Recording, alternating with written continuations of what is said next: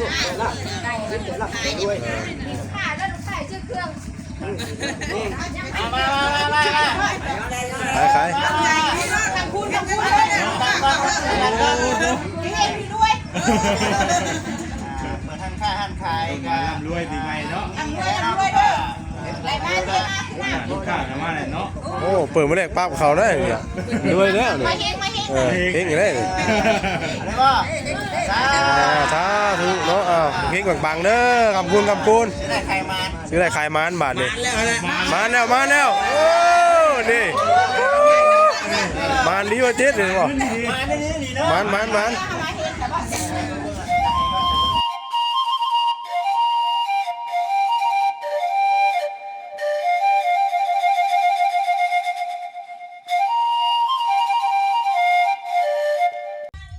พี่น้องเลยเอาแบบอยู่ในห้างแล้วเนาะพี่น้องเนาะเปิดภาพมากกันอยู่หน้า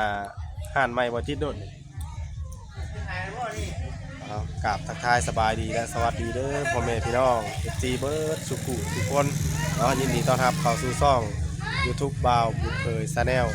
แล้วมื้อนี้พี่น้องเลยเนาะเอามื้อนี้ถือว่ามาค่ำคูณห้างใหม่บ่าวจิตแล้วก็สาวมีนาเด้อพี่น้องเด้อนี่เนาะมากับภรรยาสบายดีแล้วบ่าวจิตสบายดีบ่าวเวียดเนาะโอ้มาแล้วบ่สบายดีเด้อเอาเจ้าขึ้นมาผู้เดียวมื้อนี้ครูเจ้าไปแล้วโอ้ยหมู่มาครูเจ้ามาผู้เดียวเนาะขอโทษโอ้แสดงว่าลอยเมียมาจังนี่ลอยเมียบ่เนาะเมียเราเผาสวนพ่อเฒ่าแม่น่ะมาเวียกบ้านใหญ่พี่แหละนี่แหละพี่น้องเลยเนาะเบิ่งเปิดกับกล้องกันเด้อพี่น้องเอ้ยเนาะเบิ่งเอาเลาะเบิ่งในห้างกันเด้อบ่จิตเด้อสบายดีเด้อเด้อสบายดีทางสามีนาเล็กๆเขาสบายดีลูกทางแม่นุ่นพร้อมแม่ดีเนาะสบายดีสบายดีป่ะลูกนะโอ้อุดหนุนแต่เช้าเลยเนาะนี่โอ้ขายมานะนี่ขักดีนี่เนาะงามตู้แช่ตู้อย่างสีขาวขักดีหมอจอเลยเนาะมาที่ถึงเนาะใจแห้งเนาะเอาดีใจน้ำมาทิศเนาะถือว่ามาหอดมื้อนี้พี่น้องเลยเฮงปังๆบัดนี้ยังบนหอดเวลาได้นี่เนาะฮะยังจังนาทีนี่2 นาทีใกล้เดี๋ยวเนาะเอิ้นบอกเขาพ่อแม่แล้วเนาะใกล้หอดเวลาเลยได้สบายดีทั้งพ่อสามีนาเพิ่นเนาะโอ้มาแต่บ้านนี่บ่โอ้เพิ่นมาบ้านนี่เนาะมาเด้อฮอดวิธีเลยมานอนพี่คืนนึงเนาะ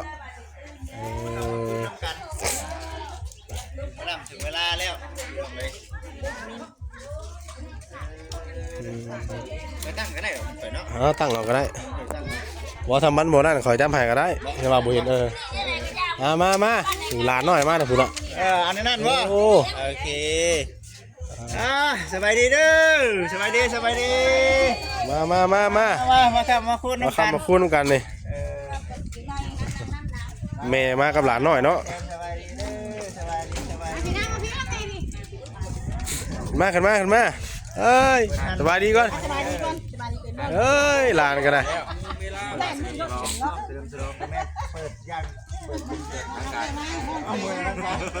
ให้น้องให้ลูก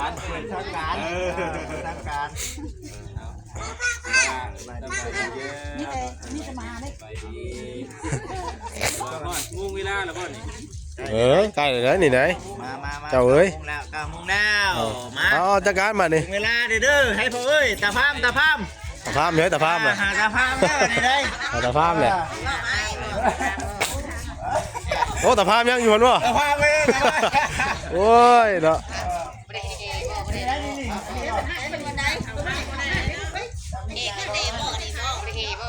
ว้าแต่เอาเข้ามานี่ได้เลยบัตรใช้จากฐานเด้อบัตรใช้จากท่านที่เด้อเอาพระอินทร์ผู้ล่ามมาเนี่ยทามาดิเฮ้ยแต่พอเท่ากันนี่นะนี่นะตะลองเพื่อนเลยเนาะตะลองเพื่อนเลยนี่เจ้าทางเลย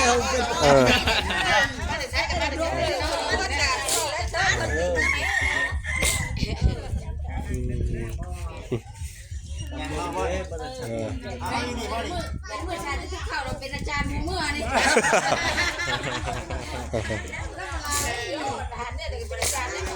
มาพี่บ่มาไหนได้เด้อภาพมันเก่ากันว่า พาเพิ่นมาก่อนเพิ่นให้3รอบก่อน ย่างคนเดียวบ่น่ะไปบ่ย่างนำเราบ่ งานน้ำบ่ ย่างบ่เจ้าแล้วย่างน้ำเนาะ ได้บ่ ได้ลบหนึ่งเนาะขัดแล้ว แต่เป็นช่างที่เขามาเป็นหมอภาพนะมาเลยแล้วก็เป็นยังไงยางบ่ ย่างเฮ้ย ย่างมัน บ่ทันแล้วเนาะ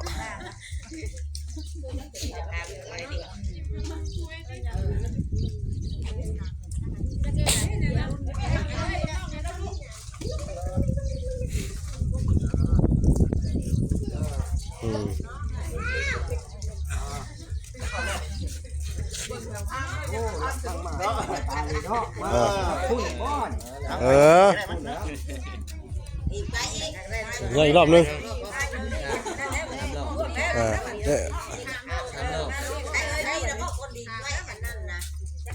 ให้ผู้ถามมาถามเราถามเนอะ ตามนั้น ถามเราถามเลยดิเรื่องเจ้าน่ะนั่นแล้วนะ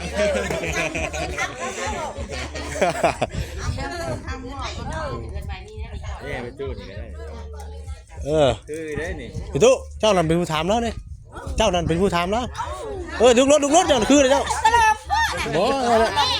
ลุกรถถามด้วย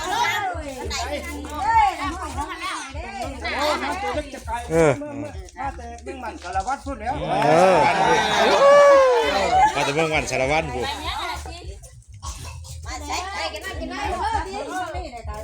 เห็นอันมาน้อยอะค่ะ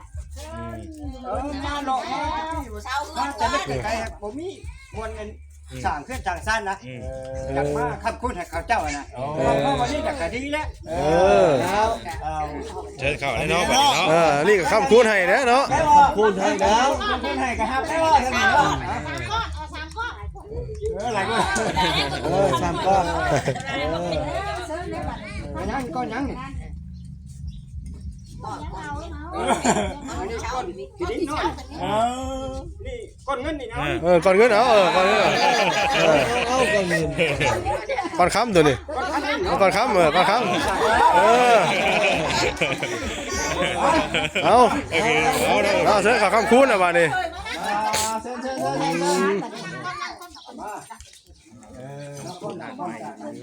เอาเนาะย้อนลงมาข่าวลงมาลานกระบึ้งลานก็อยากเห็นได้เนาะลองอะไรมาจิตไม่เก่าอย่างเนาะไอ้ต้องเข้ามันจะได้กินข้าวขันหาเด็กขันห้าแต่งกำลังก็ได้เอาเพี้ยนดอกไม้ค่ะคารวะอันนั่งเขาเลยนี่ชุ่มโจนี่สองพอพอน้ำพึ่ง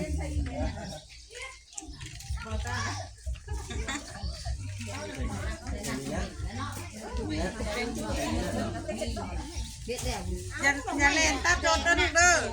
อย่าเล่น ตากันลงมา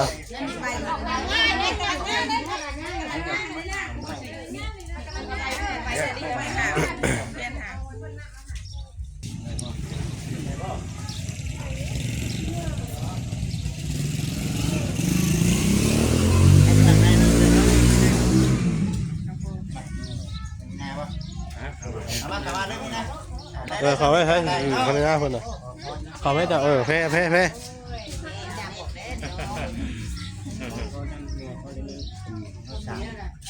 ่ใช่มาจองด้วย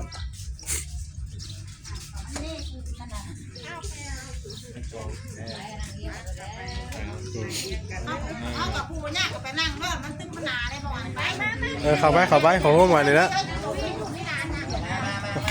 ลงได้ลงมาแล้วนั่งเออ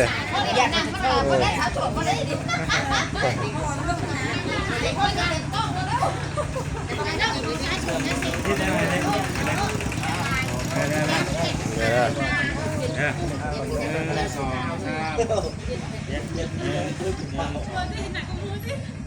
เนี่ยไม่มีเด้อทั้งเด้อโอเคไปด้านนี้กันไอเด็กบาดที่นี่ ตะภาพมาแน่เนาะ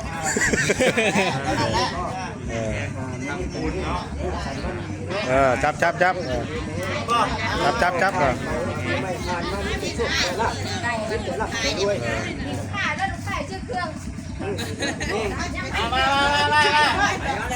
ขายทางคุณด้วยมาทางค่าหันขายกันรวยปีใหม่เนาะ ทำด้วยเด้อรายได้เยอะมาก ลูกค้าทำว่าอะไรเนาะ โอ้เปิดมาแรกปั๊บเขาได้เนี่ยด้วยแล้วเนี่ยเก่งอยู่ได้เนี่ยสาธุเนาะเก่งปังๆเด้อคำคูณซื้อได้ขายมันบาทนี่มา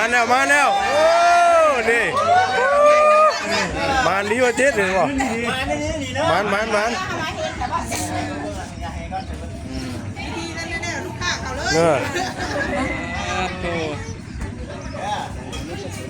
คนท่านตาลีเนาะ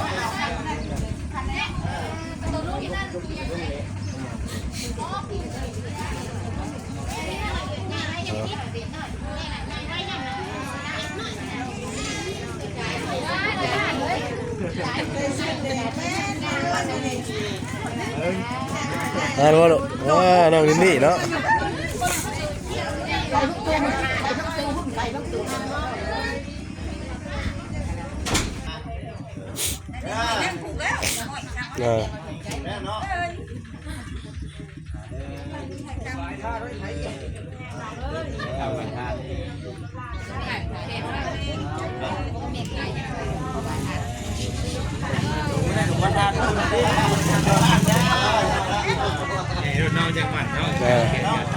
ไอ้ผู้เมย์เนี่ยคืออยู่ไกลแท้ยับเบรกเมย์กะผู้คือกันเบิ้ลอะไรเนาะปีใหม่เนาะพี่เมย์พี่แน่มันยับป่ะพี่ยับครับพี่ยับเขาป่ะพี่ลูกผูกแขนให้ปีใหม่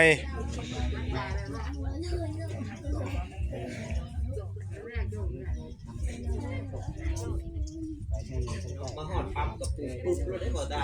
เนาะ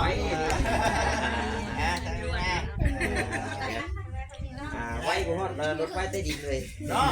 ตั้งได้จังว่าอะไรนี่วะตัวเนาะงานใหม่การพูดปีใหม่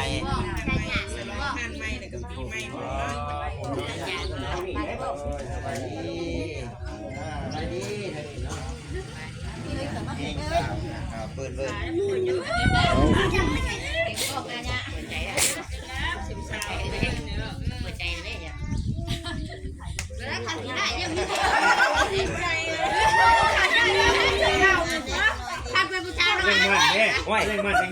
บุกเห็นยังไงอยู่บ่เลยเห็นว่าถ้ามันเบิดก่อนกะมันใหญ่แบ่งว่าขาผูกกำลังลงเขาบางทีมันเบิดก่อนดิเพื่อเมียนบอกฉีกมาแบบนี้นะ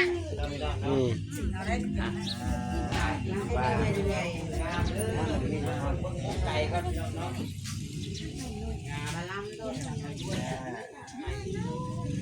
ทำด้วยได้ไหมเนาะทำด้วยจุดลุ่นจุดลุ่นเนาะจุดลุ่น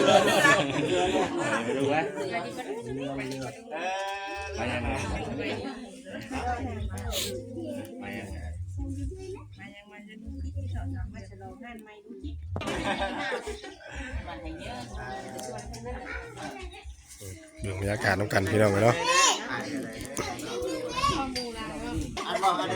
อัดไว้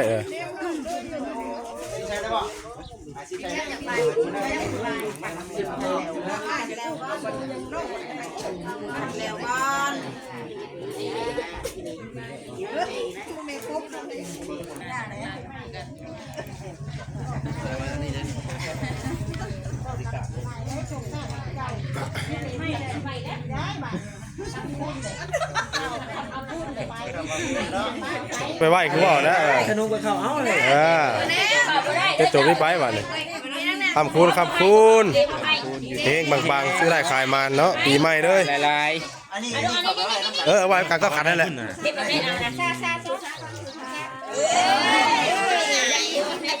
เรียบร้อยพี่น้องเลยเนาะ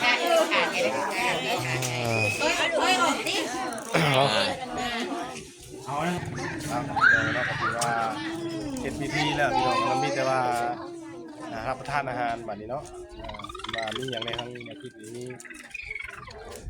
ลาบเนาะ ลาบบ่ บุญ ลาบข้าวปุ้นบ่ ว่าเกิดคนมามันนี่ก็หลายอยู่พี่น้องทิ้งไว้เนาะสบายดีมาเลยสักแก่จีน ข้าวแกงจีน เมียก็ถือผ้าผัวก็ถือผ้าบ่เนาะเนื้อเลยห้าเรื่องเก้าวะ6เนาะ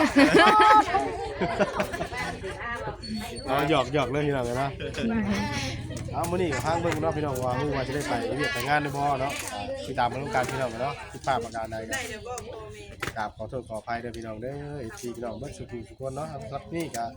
ก็คงได้ก็จบคลิปแล้วพี่น้องเนาะติดตามกันในการ เฮ้ย นี่แหละ เบิดได้มืด แปดกับเบิดพอดีพี่น้องเลยเอ้ารักอยู่นี่สบายดีเด้อพี่น้องเด้อสบายดี สบายดีเด้อ